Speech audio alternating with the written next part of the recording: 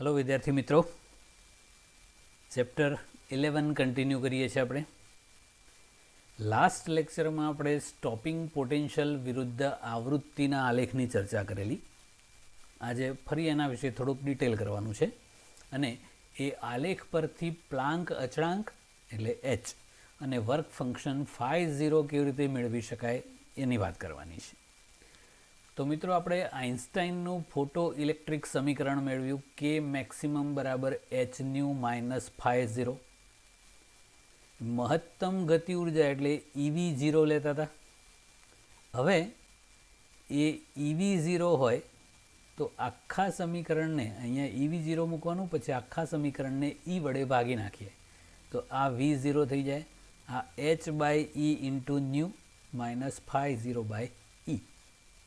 Okay, હવે આપણે stopping potential વિરુદ્ધ આવૃત્તિનો આલેખ દોરીએ તો આવો સ્ટ્રેટ લાઈન આવતો હતો, કારણ કે જેમ આપાત પ્રકાશની આવૃત્તિ વધારતા જઈએ છીએ એમ સ્ટોપિંગ પોટેન્શિયલ એટલે કે ઇલેક્ટ્રોનની મહત્તમ ગતિ ઉર્જા વધતી જાય છે। હવે આપણે આ જે સમીકરણ છે એને રેખાના સમીકરણ y equal to mx plus c સાથે સરખાવીએ તો y અક્ષ ઉપર V0 અને x અક્ષ ઉપર આવૃત્તિ ન્યૂ લેવાની। તો અહીંયા m છે xનો સહગુણક એટલે અહીંયા ન્યૂનો સહગુણક એ આ રેખાનો ઢાળ થાય। તો આ જે આલેખની રેખા છે એનો ઢાળ એ આપણને પ્લાન્ક અચળાંક અને ઇલેક્ટ્રોનના વિદ્યુત ભારના ગુણોત્તર જેટલો મળે। તો પ્લાન્ક અચળાંક શોધવો હોય તો ઢાળ ગુણ્યા ઇલેક્ટ્રોનનો વિદ્યુત ભાર કરી દેવાનો એટલે પ્લાન્ક અચળાંક મળી જાય। આ છે એ C છે, એ અહીંયા માઇનસ φ0 બાય E મળ્યું। એ આંતરછેદ ઋણ છે C, એનો મતલબ કે ઋણ y અક્ષને છેદે છે આલેખ। તો એ φ0 બાય E છે એ આપણને સ્ટોપિંગ પોટેન્શિયલનું ઇલેક્ટ્રોન વોલ્ટમાં મૂલ્ય આપે।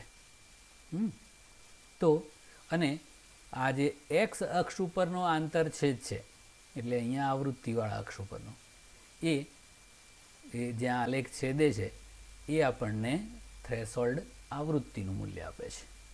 ઓકે, તો મિલિકાન નામના વૈજ્ઞાનિકે જેણે ઇલેક્ટ્રોનનો વિદ્યુત ભાર માપેલો 1.602 ઇન્ટુ 10⁻⁻19 કુલમ્બ હોય છે એવું મિલિકાને શોધી કાઢેલું। તો મિલિકાને સોડિયમ માટે આવો સ્ટોપિંગ પોટેન્શિયલ વિરુદ્ધ આવૃત્તિનો આલેખ પ્રાયોગિક રીતે મેળવ્યો અને આના પરથી એ ઢાળ શોધ્યો અને ઢાળ ગુણ્યા E કરીને પ્લાન્ક અચળાંકનું મૂલ્ય શોધી કાઢ્યું। તો જે પ્લાન્ક અચળાંકનું ઓરિજિનલ મૂલ્ય છે 6.625 ઇન્ટુ 10⁻34 જૂલ ઇન્ટુ સેકન્ડ એની એકદમ નજીક મળ્યું। તો વાસ્તવમાં તો મિલિકાન છે એ આ આઇન્સ્ટાઈનની જે સમજૂતી હતી ફોટો ઇલેક્ટ્રિક અસરની અને પ્રકાશના ફોટોન સ્વરૂપની એને ખોટું પાડવા માટે આ પ્રયોગ કર્યો હતો એણે। પણ બન્યું એવું કે ખોટું પાડવાના બદલે સાચું પડી ગયું, એટલે પ્રાયોગિક રીતે પ્લાન્ક અચળાંકનું મૂલ્ય એણે જે શોધ્યું એ ઓરિજિનલની એકદમ નજીક જ આવ્યું। એટલે આ જે પ્લાન્ક અચળાંક શોધાઈ ગયો પ્રાયોગિક અને સૈદ્ધાંતિક તો હતો જ, એના પરથી મિલિકાને પણ કહી દીધું કે આઇન્સ્ટાઈનનું આ જે સમીકરણ અને આઇન્સ્ટાઈને જે પ્રકાશને ફોટોન સ્વરૂપની વાત કરી છે એ સાચું છે। એ પછી એ મિલિકાને ઘણી બધી આલ્કલી ધાતુઓ જે છે પહેલા સમૂહની ધાતુ એના માટે આ બધા પ્રયોગો કરીને આ પ્લાન્ક અચળાંક શોધ્યા હતા અને દર વખત ઓલમોસ્ટ ઓરિજિનલ મૂલ્યની નજીક મળેલા છે। તો આના પરથી સાબિત થયું કે પ્રકાશનો જે કણ સ્વરૂપવાળો વાદ છે ક્વોન્ટમ એટલે પ્રકાશનો એક નાનકડો ટુકડો જેને આપણે ફોટોન કહીએ છીએ, એ જે અધિતર્ક આઇન્સ્ટાઈને આપ્યો એ સાચો સાબિત થયો। તો મિલિકાને પ્રાયોગિક રીતે આ આઇન્સ્ટાઈનની જે થિયરી હતી પ્રકાશના કણ સ્વરૂપની એને સાચી સાબિત કરી દીધી. કરવા ગયો તો ખોટી સાબિત કરવા, પણ અનાયાસે સાચી સાબિત થઈ ગઈ એવું થાય. ઓકે,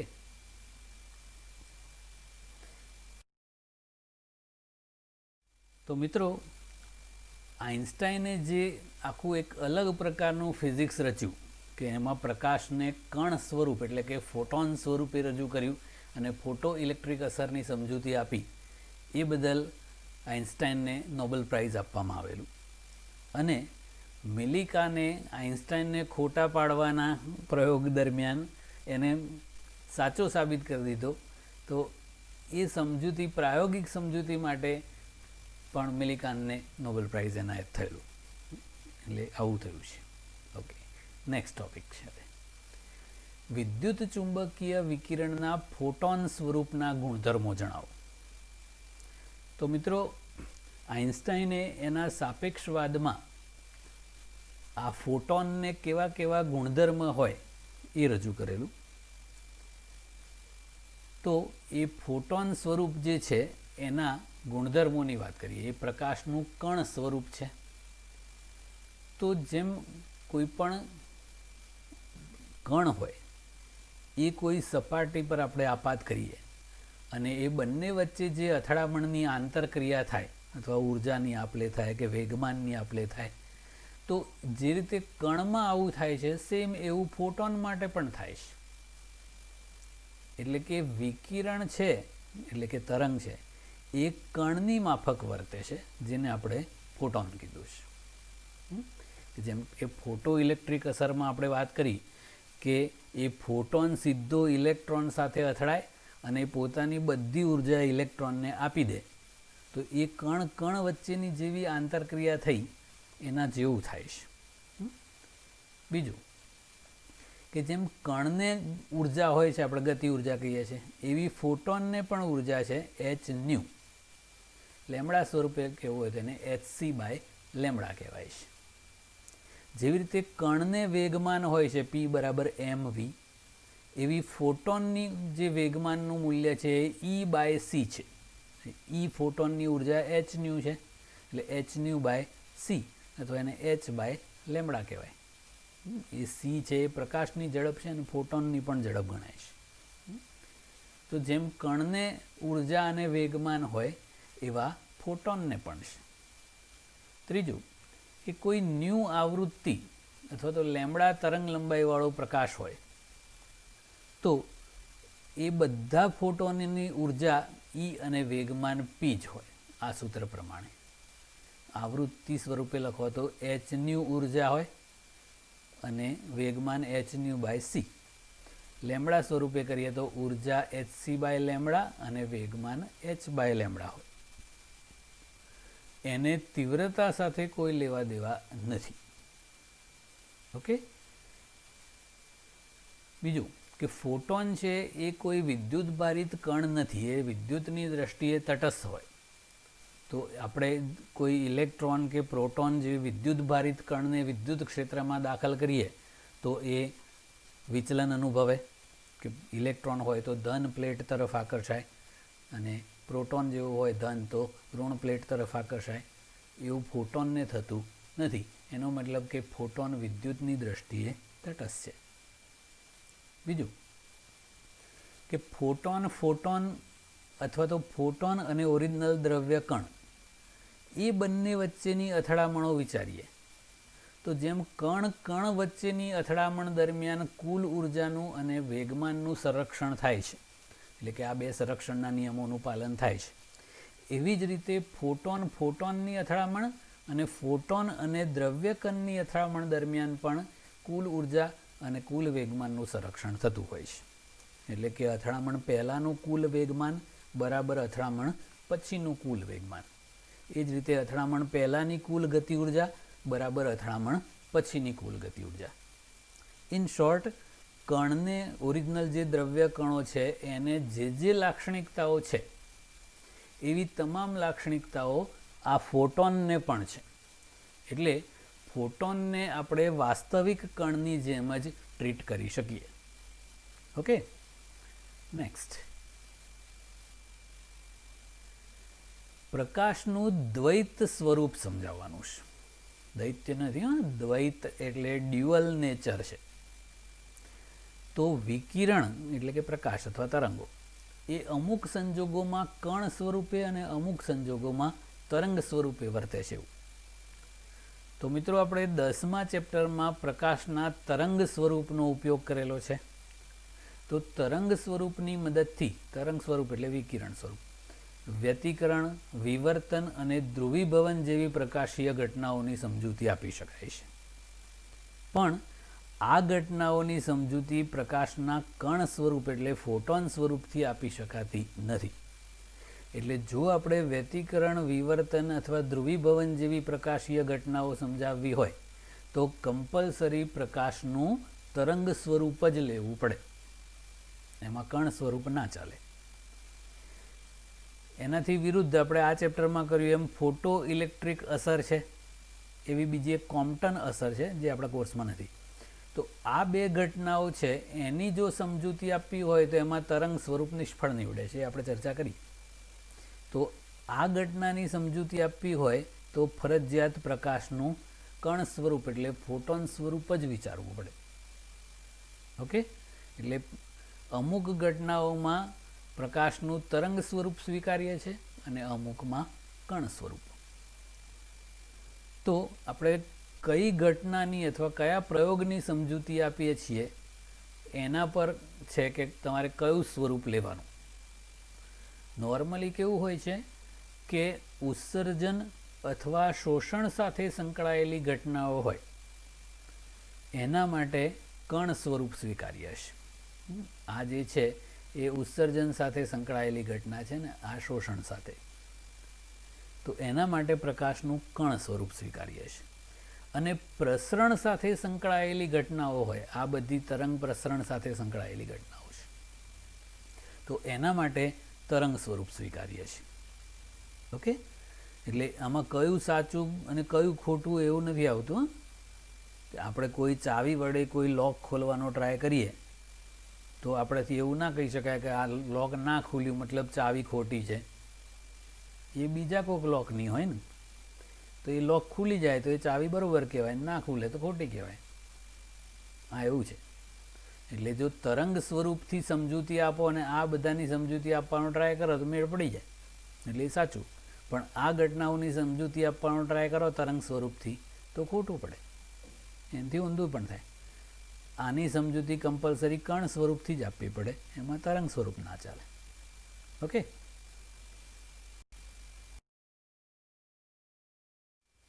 મિત્રો એક બહુ જ સરસ ક્વેશ્ચન કરવાનો છે. ડી બ્રોગલી અધિતર્ક સમજાવો. તો ડી બ્રોગલીએ એક અલગ જ ટાઈપનો એક વિચાર રજૂ કર્યો. આઇન્સ્ટાઈને પ્રકાશના કણ સ્વરૂપની વાત કરી કે અમુક સંજોગોમાં તરંગ છે એ કણ સ્વરૂપે એટલે કે ફોટોન સ્વરૂપે વર્તે છે. તો ડી બ્રોગલીને એવો વિચાર આવ્યો કે જો સીતાનું હરણ થઈ શકતું હોય તો હરણની સીતા થવી જોઈએ. મતલબ કે જો તરંગ અમુક સંજોગોમાં કણ સ્વરૂપે વર્તી શકતો હોય તો કણ પણ અમુક સંજોગોમાં તરંગ સ્વરૂપે વર્તવો જોઈએ. એટલે કે દ્રવ્યની ગતિ કરતા જે કણો છે એ કણ છે એ અમુક સંજોગોમાં તરંગ જેવી પ્રકૃતિ ધરાવતા હોવા જોઈએ. એવો વિચાર એને કેમ આવ્યો કે કુદરત જે છે પ્રકૃતિ એ તો સમમિતિ ધરાવે. દિવસ હોય પછી રાત હોય ને રાત પછી દિવસે થઈ જાય છે. તો જો આપણે ભૌતિક સ્વરૂપ આપણે દ્રવ્ય અને વિકિરણ આ બે છે, તો જો દ્રવ્ય કણ છે એ તરંગ સ્વરૂપે એટલે વિકિરણ સ્વરૂપે વર્તતો હોવો જોઈએ. કારણ કે જો વિકિરણ છે એને કણ સ્વરૂપ હોય તો કણને પણ વિકિરણ સ્વરૂપ હોવું જોઈએ. આવી કલ્પના એણે કરી અને એણે એવું કીધું કે આવું દ્વૈત સ્વરૂપ છે એ કુદરતી બાબત હોવી જોઈએ. પછી એણે કણ માટે વેગમાનનું સૂત્ર લીધું P = mv અને એને તરંગ લંબાઈ સાથે આ રીતે સાંકળી દીધું. લેમડા બરાબર h/p, આપણે ફોટોનનું વેગમાન કર્યું છે, p બરાબર h/લેમડા અને બીજું p બરાબર mv. તો આ બે સૂત્રો સરખાઈને આ રીતે લેમડાનું મૂલ્ય મેળવ્યું.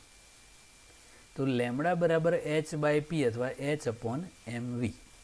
તો મિત્રો અહીંયા જુઓ ખાસ કે આ લેમડા તરંગ લંબાઈ છે એ તરંગને રજૂ કરે છે, જ્યારે દળ છે એ કણને રજૂ કરે છે. આ સમીકરણનો મતલબ શું થાય કે જો કોઈ m દળવાળો કણ v વેગથી ગતિ કરે, પણ એ વેગ બહુ પ્રચંડ હોવો જોઈએ, તો એ v વેગથી ગતિ કરે તો એ લેમડા તરંગ લંબાઈવાળા તરંગ સ્વરૂપે વર્તે. આ ડી બ્રોગલી તરંગ લંબાઈ કહેવાય છે આને. તો આનો મિનિંગ આવો છે કે કણ છે એ અમુક સંજોગોમાં તરંગ સ્વરૂપે વર્તે. એ અમુક સંજોગોમાં એટલે કણનું દળ બહુ જ નાનું હોવું જોઈએ અને એનો વેગ બહુ જ મોટો હોવો જોઈએ. આપણે તરંગ ના બની શકીએ. તો આ ડી બ્રોગલી તરંગ લંબાઈનું સમીકરણ છે. તો આનો મતલબ આપણે કર્યો કે જો કોઈ પી વેગમાનવાળો કણ હોય અથવા તો m દળ અને v વેગવાળો કણ હોય તો એ લેમડા તરંગ લંબાઈવાળા તરંગની જેમ વર્તે. ઓકે, તો આ કણ માટે પણ સાચું છે અને ફોટોન માટે પણ સાચું છે, એટલે એ બંને માટે છે.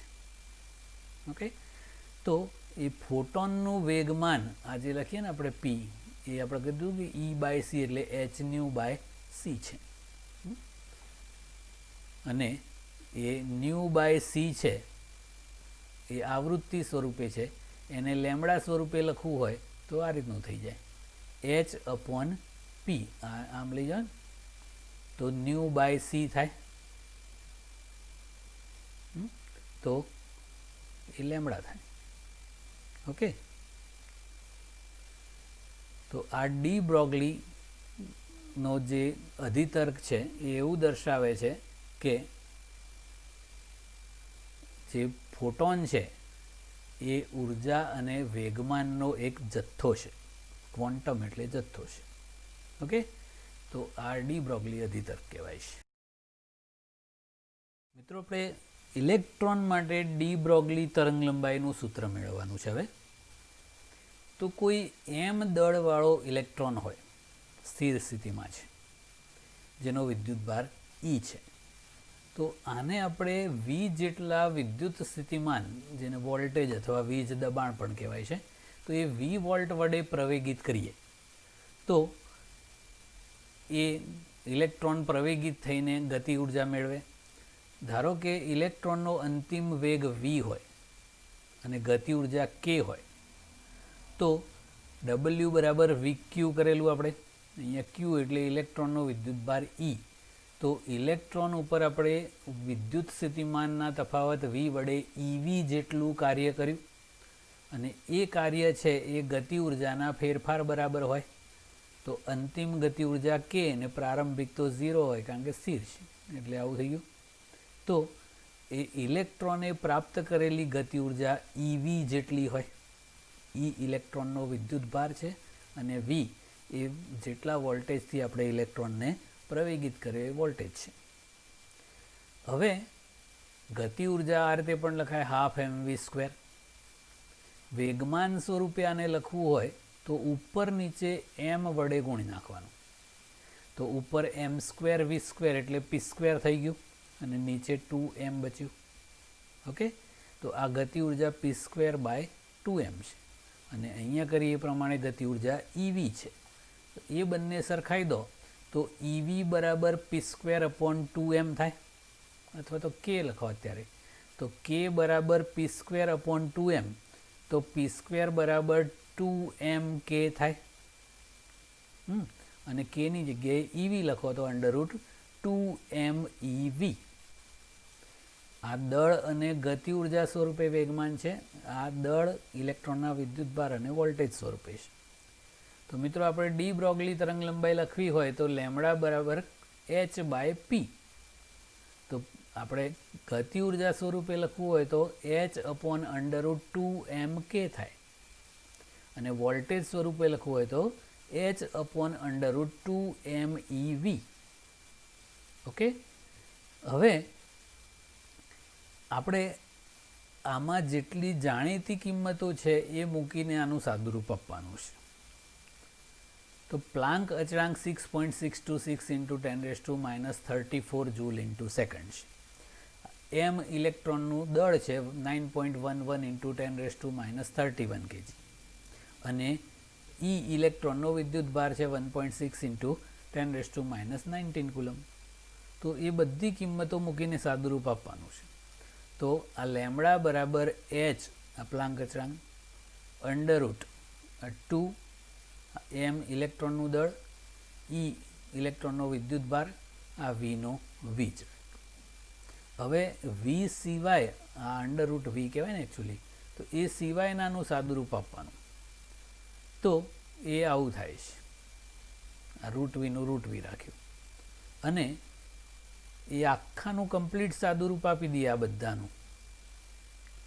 તો આ 6.626/5.4 કરીએ તો 1.227 મળે છે, અને આ 10⁻⁹ મીટર છે, એને ટૂંકમાં આપણે નેનોમીટર કહી દઈએ, અને આ √vનું √v.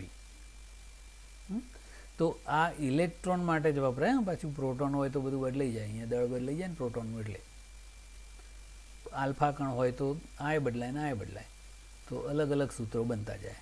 એટલે આ એક શોર્ટકટ બની ગયો. આમાં ખાલી પ્રવેગક વોલ્ટેજ હોય એની કિંમત મૂકો એટલે સીધું નેનોમીટરમાં જવાબ આવી જાય. તો આ ઇલેક્ટ્રોન માટે છે.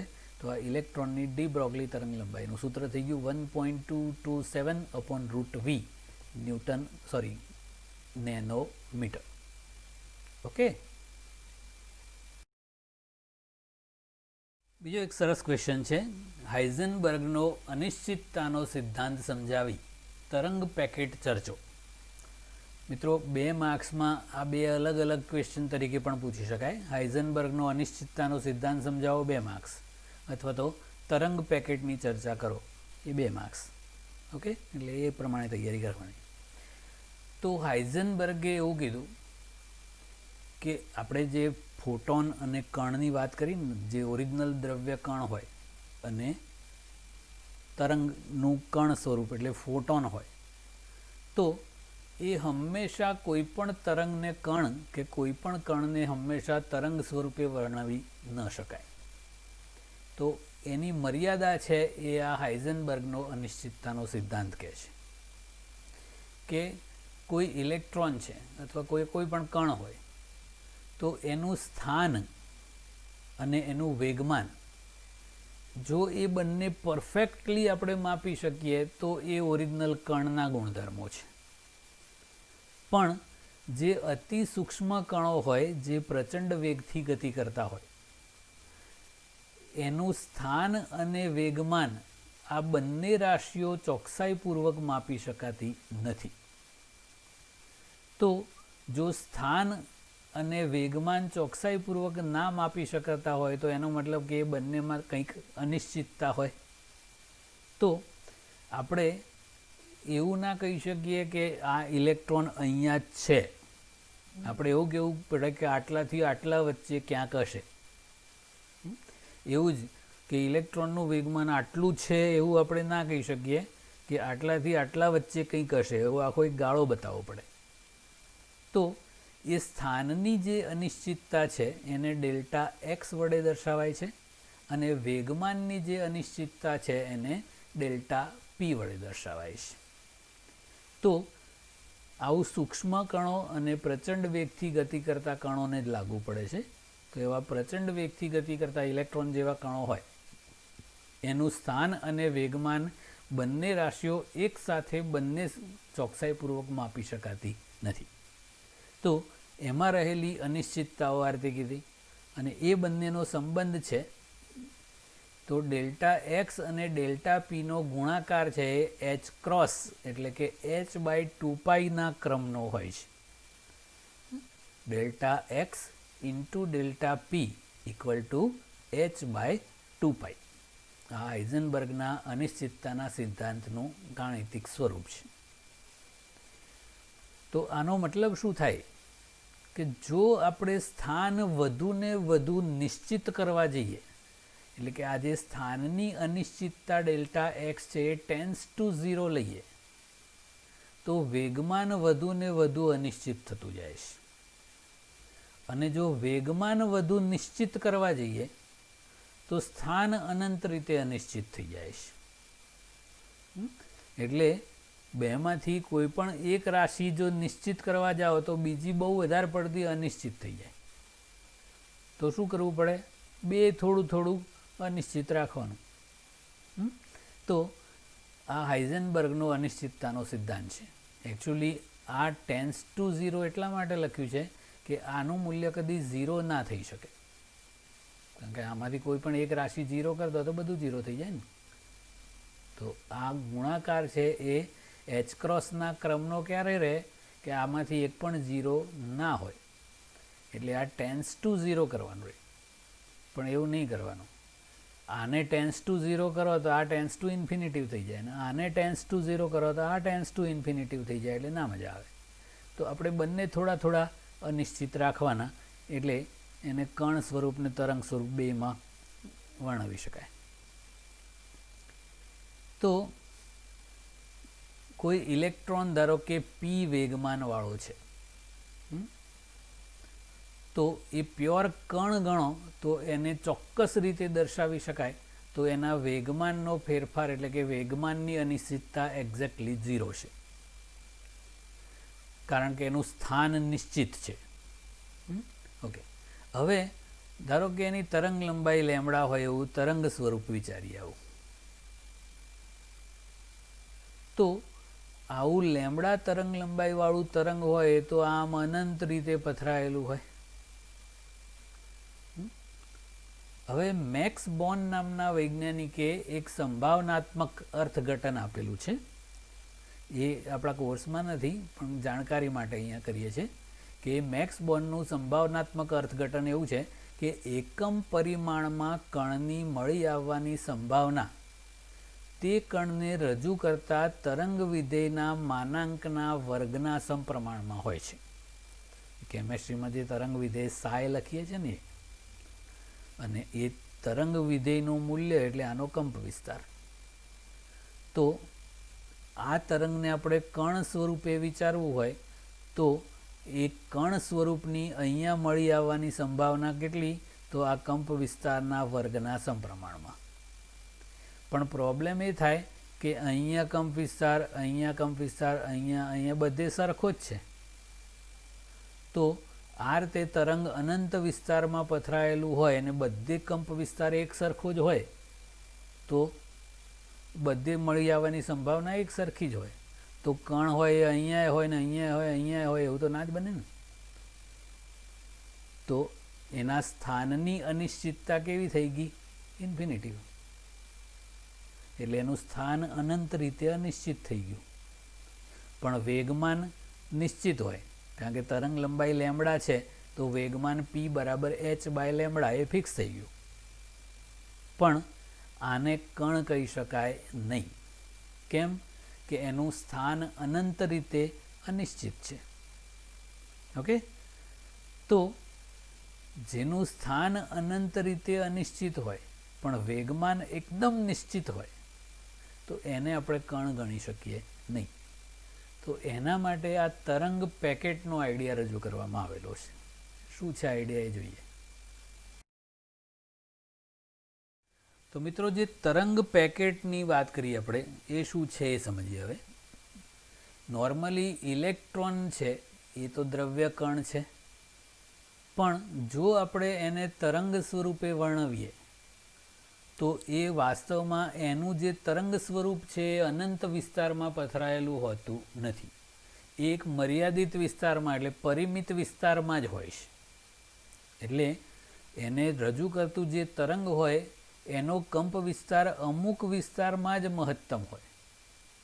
પેલાની જેમ આમ અનંત વિસ્તારમાં આવું આમ હોય એવું નહીં. તો આવું તરંગ પેકેટ ગણાય છે. એ વાસ્તવમાં ઘણા બધા તરંગોને એકબીજા ઉપર સંપાત કરીએ તો સંપાતપણાના સિદ્ધાંત અનુસાર જ્યાં શૃંગ શૃંગ અથવા ગર્ત ગર્ત સંપાત થાય ત્યાં કંપ વિસ્તાર મહત્તમ થઈ જાય છે ને, બસ આ એવો વિસ્તાર છે.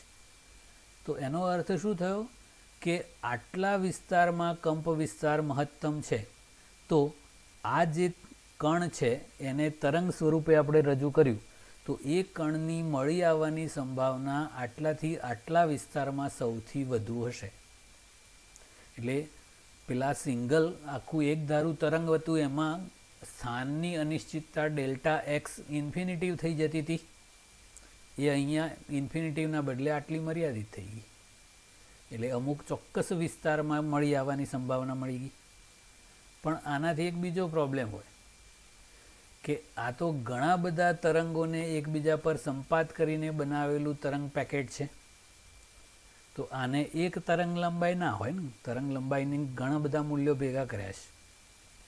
તો પેલું લેમડા બરાબર h અપોન પી અથવા તો પી બરાબર h બાય લેમડા કર્યું. તો અહીંયા લેમડાનું મૂલ્ય એક સિંગલ નથી, ઘણા બધા છે. તો ડેલ્ટા લેમડા લખવું પડે. તો પેલું ડેલ્ટા પી લખીએ એટલે ડેલ્ટા લેમડા થઈ જાય. તો ડેલ્ટા લેમડા છે એટલે ઘણી બધી તરંગ લંબાઈઓનો સમૂહ છે. તો વેગમાન ડેલ્ટા પી થઈ જાય એટલે કે એ અનિશ્ચિત થઈ જાય. એટલે સિંગલ તરંગ હોય એનું વેગમાન નિશ્ચિત હોય પણ સ્થાન અનંત રીતે અનિશ્ચિત થઈ જાય. અને આવું તરંગ પેકેટ બનાવો તો સ્થાન મહદ અંશે નિશ્ચિત થયું, પણ ઘણી બધી તરંગ લંબાઈઓ ભેગી થઈ એટલે વેગમાન પાછું અનિશ્ચિત થઈ ગયું. એટલે ટૂંકમાં બે થોડું થોડું રાખવાનું. સ્થાનની અનિશ્ચિતતા ડેલ્ટા એક્સ જેટલી એટલે આટલાથી આટલા વચ્ચેની, અને ઘણા બધા તરંગો એકબીજા પર સંપાત કર્યા એટલે વેગમાનની અનિશ્ચિતતા આટલી રાખવાની. તો ઇલેક્ટ્રોનને આપણે તરંગ સ્વરૂપે રજૂ કરીએ તો એનું સ્થાન કે વેગમાન બંનેમાંથી એક પણ નિશ્ચિત ના મળે. મિત્ર, આ જે કોન્સેપ્ટ છે એ પેલી કક્ષકો જે એસપીડીએફ કેમેસ્ટ્રીમાં આવે છે ને, એ આ જ છે કે આપણે એસ કક્ષકનો આકાર આખો રિંગ જેવો લઈએ છીએ, એ વાસ્તવમાં ગોળાકાર હોય. તો એ જે છે એ આખો એક પટ્ટો છે. તો એ ઇલેક્ટ્રોનની મળી આવવાની સંભાવના દર્શાવતો વિસ્તાર છે, એ જે કક્ષકોનો આકાર છે ને એ. એટલે ઇલેક્ટ્રોન અહીંયા જ છે એવું આપણે ના કહી શકીએ, એ આટલાથી આટલામાં ક્યાંક હશે એવું જ કહેવું પડે. એટલે ઇલેક્ટ્રોન જેવા સૂક્ષ્મ કણો જે પ્રચંડ વેગથી ગતિ કરતા હોય એનું સ્થાન અને વેગમાન એક્ઝેક્ટલી નક્કી કરી શકાતું નથી. તો આ બધા સંબંધો પરથી ખબર પડી કે હાઇઝેનબર્ગનો સિદ્ધાંત છે એ સાચો છે. એટલે આ ડી બ્રોગલીના સમીકરણ, મેક્સ બોર્નનું જે અર્થઘટન છે એના પરથી હાઇઝેનબર્ગનો સિદ્ધાંત સાચો છે એવું સાબિત થઈ ગયું. ઓકે, તો આ તરંગ પેકેટ છે. Okay, that's it. આજે આટલું.